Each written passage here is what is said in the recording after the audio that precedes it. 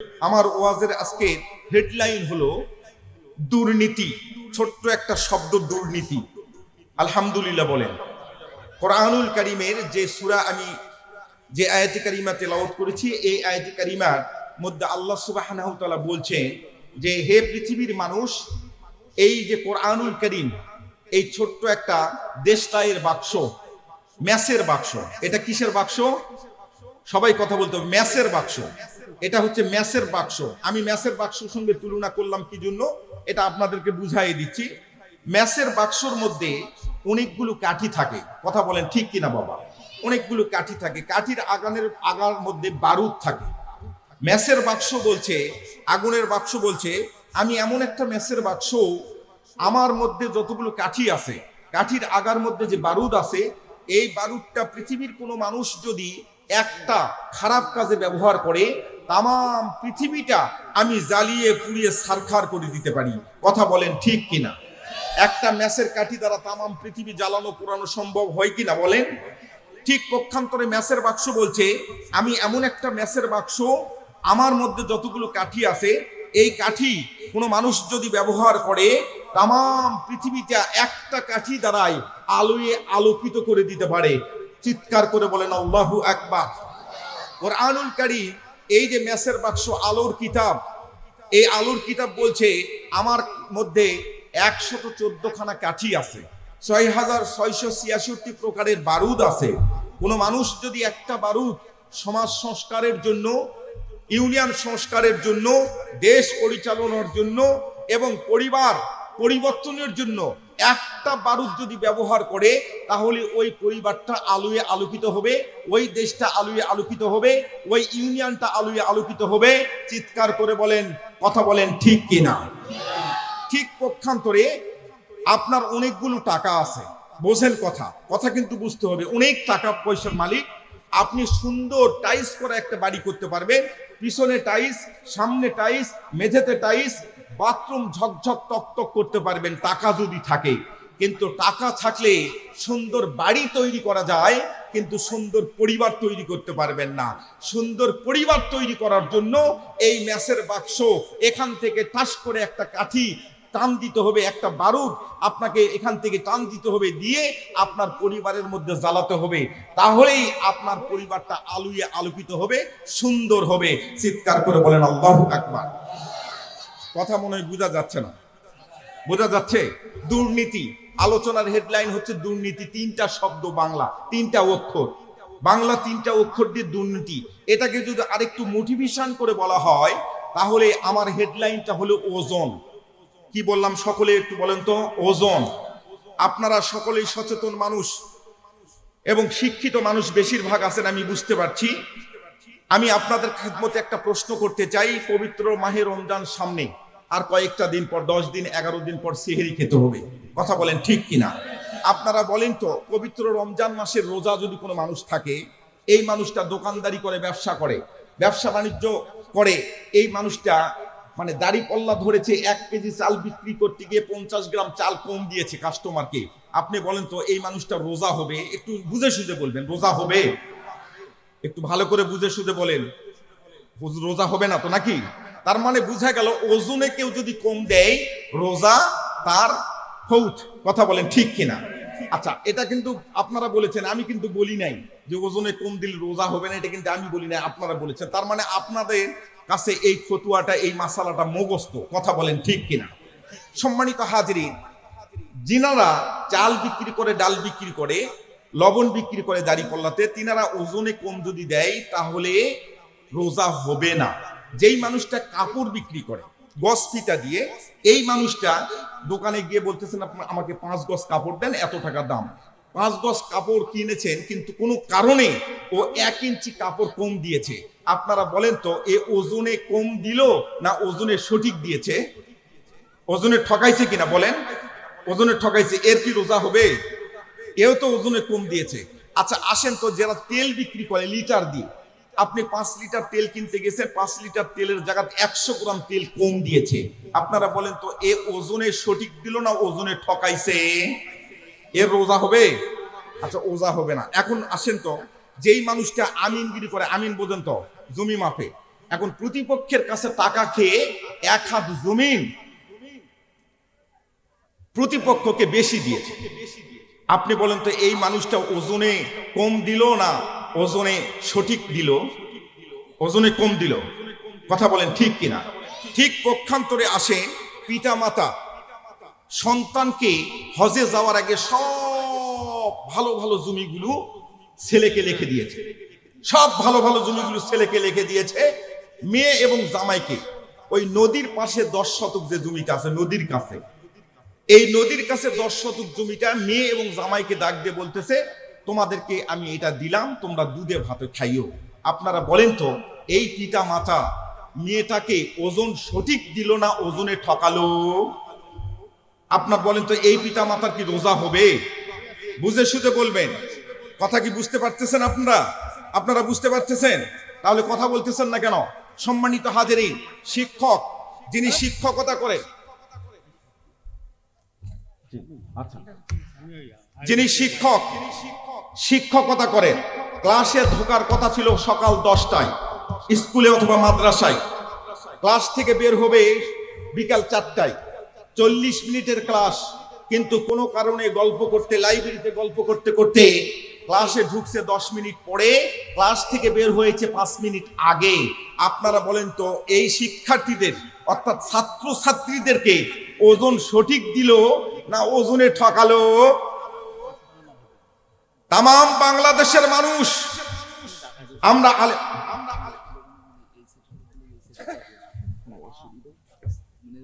না না না ওইটা বলিনি ভাই, এটা না কথা বললে বুঝলে তো অসুবিধা। এখানে একজন আসেন তো ভাই, আমার কথাটা বুঝতে পারছেন আপনি? এই এখানে আসেন তো ভাই, আপনারা একটু সামনের দিকে আসেন তো ভাই, কাঁকড়ার মতো সামনে আসবেন, কাঁকড়ার মতো। কেউই কিন্তু দাঁড়াবেন না, কাঁকড়া বুঝেন? কাঁকড়া। সকলে একটু জিকির করেন আর সামনের দিকে আসেন। এতগুলো লোক মাহফিলে আসে, প্রত্যেকটা বাড়িতে একজন করে আসবেন, আর আপনারা আসতেন একবারে বাড়ি শুদ্ধ মানুষ আসতেন। মারহাবা বলবেন না? একটু কাঁকড়ার মতো সামনে আসেন। লা ইলাহা, কোন সমস্যা যান। আচ্ছা আচ্ছা, একটু কাঁকড়ার মতো সামনে আসেন। এই যে ফাঁকা জায়গাটা পূরণ করেন, মানুষের জায়গা হচ্ছে না, এই জন্য কর্তৃপক্ষ বলছে লা ইলাহা সুবহানাল্লাহ আলহামদুলিল্লাহ লা ইলাহা। যত দোষ নন্দ ঘোষ। আরে ভাই এখানে বসতে বলছি, এই ফাঁকা জায়গাটাতে একটু বসেন, ফাঁকা জায়গাটাতে একটু বসেন, সকলেই বসেন। যত দোষ নন্দ ঘোষ। এই যে ভাই আবার দাঁড়াইছে, আমিন বলেন তো, আমিন বলেন, জোরে বলেন। আরেকটু তাকবীর দেন, লিল্লাহি তাকবীর। এই হাতে এভাবে উপরে উঠান তো, হাত উঠায় সকলে, লিল্লাহি তাকবীর। এরকম করেন, এরকম করেন, এরকম করেন, এরকম করেন, লিল্লাহি তাকবীর। বাস, হাত নামান, হাত নামান। সম্মানিত হাজিরিন, তাহলে এই শিক্ষক 5 মিনিট পরে যদি যায়, 5 মিনিট আগে আসে, এ ওজনে ঠকালো। কথা বলেন ঠিক কিনা? আমরা তামাম বাংলাদেশের মুসলমানেরা, তামাম বাংলাদেশ তথা গোটা বিশ্বের মুসলমানেরা আল্লামা দেলওয়ার হোসেন সাইদি সাহেবের জন্য দোয়া করেছি। কথা বলেন ঠিক কিনা? কিন্তু দোয়া কবুল হয় নাই শেষ পর্যন্ত আমাদের দোয়া কবুল হয় নাই। কিন্তু উনি যেটা দোয়া করেছিলেন, শাহাদাতের তামান্না করেছিলেন, ওনার দোয়াটা আল্লাহ সুবহানাহু ওয়া তাআলা টিক চিহ্ন দিয়েই দিয়েছে। কথা বলেন ঠিক কিনা? সবাই দোয়া করেছি, দোয়া হয় নাই, কবুল হয় নাই। কবুল না হওয়ার পিছনে কারণ হলো আপনারাই মাসআলাটা বললেন, হুজুর ওজনে যদি কম দেওয়া হয় রোজা হবে না। রোজাই যদি না হয় দোয়া তোমার কবুল হবে? আমরা প্রত্যেকটা মানুষ প্রত্যেকটা ডিপার্টমেন্ট থেকে যে যেই জায়গায় দাঁড়িয়ে আছি, সব জায়গা থেকে আমরা শুধুমাত্র ওজনে কম দেওয়া শিখেছি। আমাকে বক্তা হিসাবে নওগাঁ থেকে আপনারা এখানে নিয়ে আসছেন, 1 ঘন্টা 1.5 ঘন্টা সময় দিয়ে স্টেজে উঠাই দিয়েছেন কিছু হক কথা বলার জন্য। কিন্তু কোনো কারণে তুলতুলা কিছু কথা বলে আমি নেমে গেলাম। আপনারা বলেন তো আমি বক্তা হিসাবে ওজন সঠিক দিলাম না ওজনটা ঠকালাম?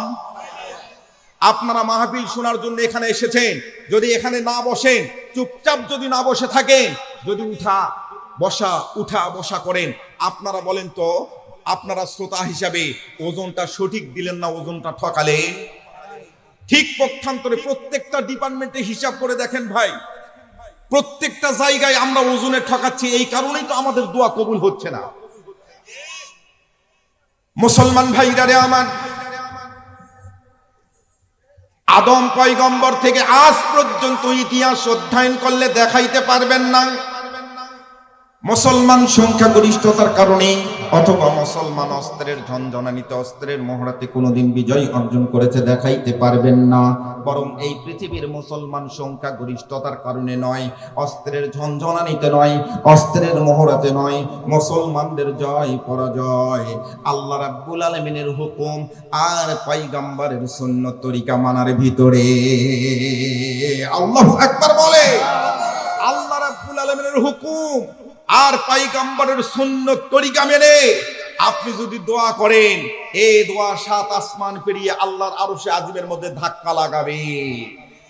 প্রত্যেকটা জায়গায় আমরা ওজনে কম দিচ্ছি। যারা মালিক পক্ষ, শ্রমিককে ঠকাচ্ছি বেশি কাজ করে নিয়ে, তাদেরকে মাইনে কম দিচ্ছি।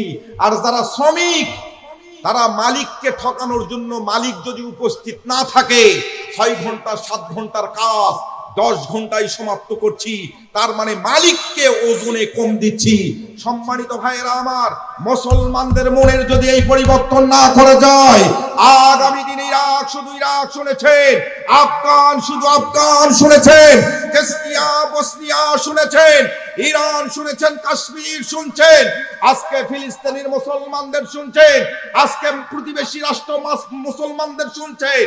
এই যে মায়ানমারের মুসলমানরা দেখেন, এখানে না খেয়ে ধুকে ধুকে মরছে। আজকে মুসলমান যদি এই মডেল চেঞ্জ করে, আগামী দিন থেকে তওবা করে তৌহিদি পতাকার নিচে অবগাহন করে, ইহুদি নাসারা কুকুরের বাচ্চার মতো বাংলার জমিন ছাড়বে।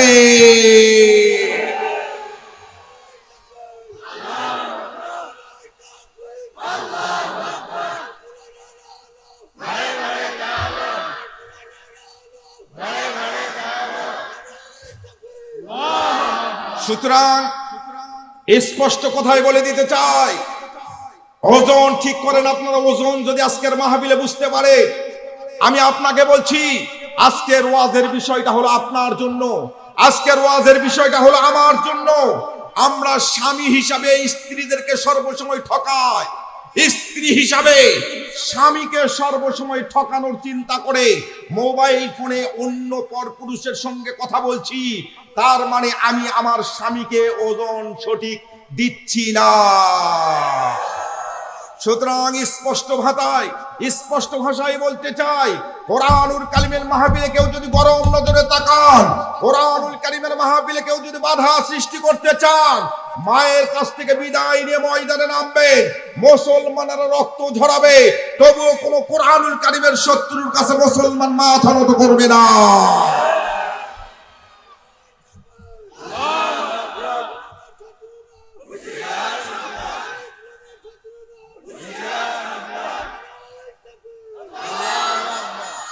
মুসলমান ভাইরা রে আমার,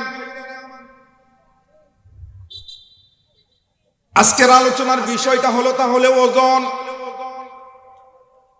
আমি আজকে আলোচনা করব আপনার জন্য, খুব মন দিয়ে শুনবেন। আমরা কোন জায়গায় কাকে ঠকাচ্ছি, কিভাবে ঠকাচ্ছি, আমি কেমনে ওজন কম দিচ্ছি। সামনে পবিত্র রমজান মাস, যদি ওজন আপনি সঠিক না দিতে পারেন, তাহলে কিন্তু আল্লাহ রাব্বুল আলামিনের কাঠগড়ায় আপনি ধরা খেবেন। আপনি 30টা রমজান মাসের সিহরি পালন করবেন, 30টা রমজান মাসের ইফতারি আদায় করবেন, 30 দিন পর তারপরে 27শে রমজানের কিছু আয়োজন করবেন, অনেকগুলো মানুষকে ইফতারি করাবেন, টাকা পয়সা খরচ করবেন।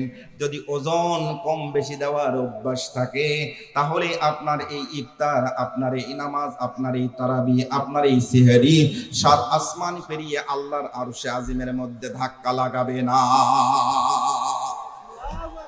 মুসলমান ভাইরা রে আমার, ঐতিহাসিক বদরের ময়দান, 2য় হিজরি সন, ছোট্ট একটা ওয়াকিয়া মাথার মধ্যে ঢুকে গেল। বলে দেই, আমার এটা টপিকস নয়, তারপরে বলে দেই। ঐতিহাসিক বদরের ময়দান, 313 জন ক্ষুধার্ত নিরস্ত্র সাহাবা কেরাম কেমনি মহান বিজয় অর্জন করলেন। এই বিজয়কে আল্লাহ রাব্বুল আলামিন কোরআনুল কারীমের ভাষায় ইয়াউমাল ফুরকান বলেছেন। এই বিজয় অর্জন করার পর আল্লাহর পয়গম্বর সাহাবা কেরাম সবাইকে ডাকলেন। আমার সামনে যেমন আপনারা আদবের সহিত বসে আছেন, ঠিক পক্ষান্তরে আল্লাহর পয়গম্বরের সামনে সেদিন সাহাবীরা আদবের সহিত বসেছিল। আল্লাহর পয়গম্বর বললেন, ওগো সাহাবীরা, তোমরা বলো দেখি যুদ্ধ চলাকালীন কার কি অবস্থা হয়েছিল, কারগুজারি শোনাও। এক একজন সাহাবী দ্বারাই এক এক অভিজ্ঞতার কথা শুনাইতেছিলেন। কিন্তু যুদ্ধ চলাকালীন সময় একটা সাহাবী কিং কর্তব্য বিমূঢ় হয়েছে, পিছনের লাইন থেকে এই সাহাবী হাত উত্তোলন করলেন। এই সাহাবীর নাম কিতাবের মধ্যে লেখে মানসার রাদিয়াল্লাহু তাআলা আনহু। এই সাহাবী হাত উত্তোলন করে ডাক দিয়ে বললেন, লাব্বাইকা ইয়া সাদিক রাসূলুল্লাহ, ওগো পয়গম্বর, যুদ্ধ চলাকালীন সময় আমি এক কাফেরকে মারার জন্য তরবারি উঁচু করে দৌড়াইতেছিলাম, কিন্তু হঠাৎ করে লক্ষ্য করে দেখি গো পয়গম্বর, আমি যুদ্ধ চলাকালীন সময় দৌড়াইতেছি তরবারি উঁচু করে দৌড়াইতেছি, ওই কাফেরও আমার সামনে সামনে দৌড়াইতেছে, কিন্তু কিছু দূর যাওয়ার পর লক্ষ্য করে দেখি আমার ডান দিকে কেউ নাই, আমার বাম দিকেও কেউ নাই, আমার পিছনেও কেউ নাই। কিন্তু যেই কাফের ঘাড়ের উপর তরবারি চালাবো, তরবারি চালানোর আগে লক্ষ্য করে দেখি তার ঘাড় থেকে তার মাথাটা জমিনের মধ্যে পড়ে গেল। চিৎকার করে একটু বলুন না সুবহানাল্লাহ। আল্লাহর নবী বললেন, সাহাবীরা রে, ও কলিজার টুকরা সাহাবীরা, তোমরা কি মনে করেছো ক্ষুধার্ত নিরস্ত্র অবস্থায় তোমাদের যুদ্ধের ময়দানে ছেড়ে দিয়ে আমি পয়গম্বর তাঁবুর মধ্যে আরাম করছিলাম? না না, আমি পয়গম্বর তাঁবুর মধ্যে আরাম করি নাই রে সাহাবী।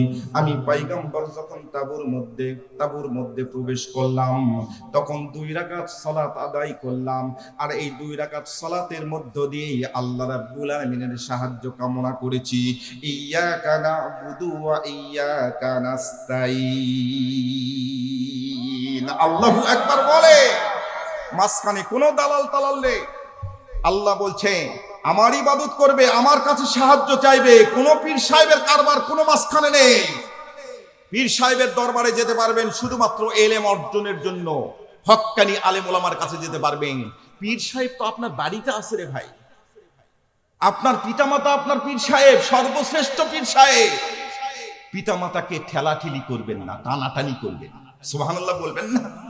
পিতামাতাকে বলে দিবেন, আপনার বড় ভাইকে বলে দিবেন, এই ভাইজান 2 মাস ধরে আমার পিতামাতা আপনার বাড়িতে খাচ্ছে, আজকের পর থেকে আমি আব্দুল কাহার সিদ্দিক হুজুরের ওয়াজ শুনে আসছি, আজকের পর থেকে আমার পিতামাতাকে আমি টেনে আমার বাড়িতে নিয়ে গেলাম, আমার বাড়িতে থাকবে, আমার বাড়িতে খাবে। সুবহানাল্লাহ বলে।